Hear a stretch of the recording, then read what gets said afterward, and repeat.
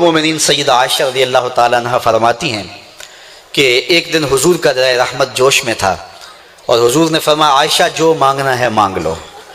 میں نے عرض کی یا رسول اللہ اگر آپ اجازت دیں تو میں اپنے باپ حضرت ابو بکر صدیق رضی اللہ تعالیٰ عنہ سے مشورہ نہ کر لوں کہ میں نے کیا مانگنا ہے؟ تو فرمایا کہ جاؤ مشورہ کر لو، مشورے کی اجازت بھی ہوگی۔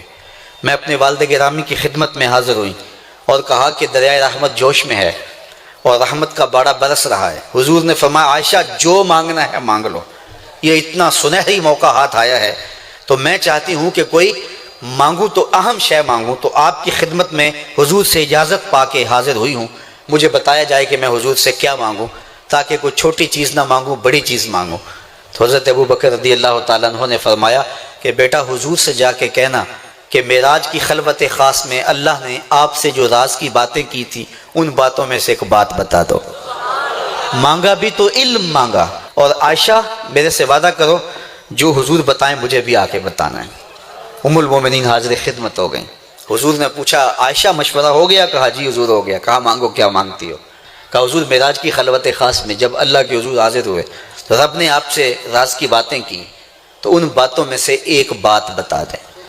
حضور مسکرا پڑے، اس بات پہ مسکرائے ہوں گے میرے یار غار کا انتخاب کیسا ہے، یا اس بات پہ مسکرائے ہوں گے کہ راز کی بات بتا دوں تو راز راز نہ رہا، لیکن وعدہ کیا تھا۔ کہا عائشہ سنو، جب میں قرب خاص میں پہنچا تو میرے مالک نے مجھ سے راز کی جو باتیں کی ان میں سے ایک بات یہ تھی محبوب تیری امت میں سے کوئی شخص کسی شخص کا ٹوٹا ہوا دل جوڑ دے تو میرے اوپر لازم ہے بغیر حساب کے جنت عطا کر۔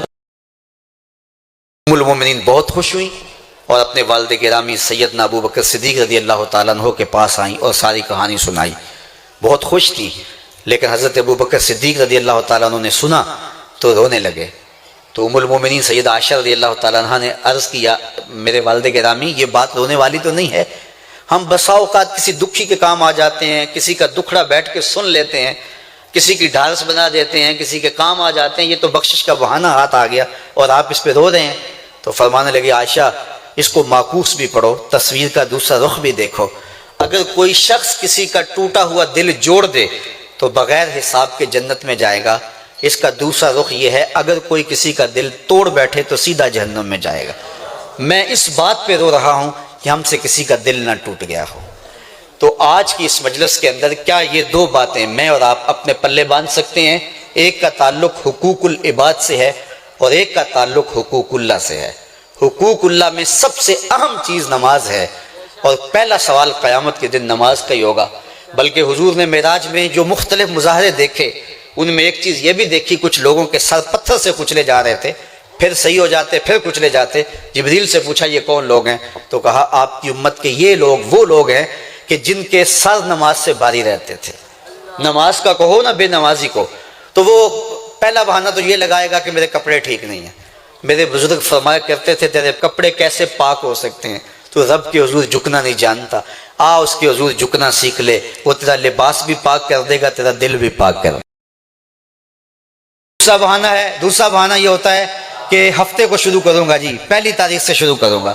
یہ وہ بندہ کہہ رہا ہے، ہفتے کا وقت وہ دے رہا ہے جس کے پاس ایک لمحہ بھی اپنا نہیں ہے، جس کو یہ نہیں پتا کہ اٹھنے والا اگلا قدم کہاں ہوگا۔ وہ کہتا ہے انشاءاللہ ہفتے سے شروع کروں گا، فجر سے شروع کروں گا۔ میاں اللہ کے حضور بلاوا 5 وقت ہمیں آتا ہے، حی علی الصلاۃ حی علی الفلاح۔ کتنے بدبخت ہیں کہ جو اس پکار پہ اٹھ کے اس کے حضور حاضر نہیں ہوتے۔ 5 گانا نماز شعار زندگی بنا لو، اور ہم یہ پکا عزم مصمم کر کے اٹھیں، اتنے زور سے ہم ارادہ کریں کہ شیطان بھاگ جائے، ہماری ہوا سے بھی بھاگ جائے۔ یہ تو اتنے پختہ ارادے کے ساتھ عزم کر کے جو ہے وہ آج ارادہ کر کے یہاں سے نکلے ہیں کہ وہ فجر کے وقت ہمیں بہکانے میں کامیاب نہ ہو، ادھر اذان پکارے ادھر ہم دوڑتے ہوئے اللہ کے گھر کی طرف پلٹ آئیں۔ ہم یہ عزم کریں کہ آج کے بعد نماز نہیں چھوڑیں۔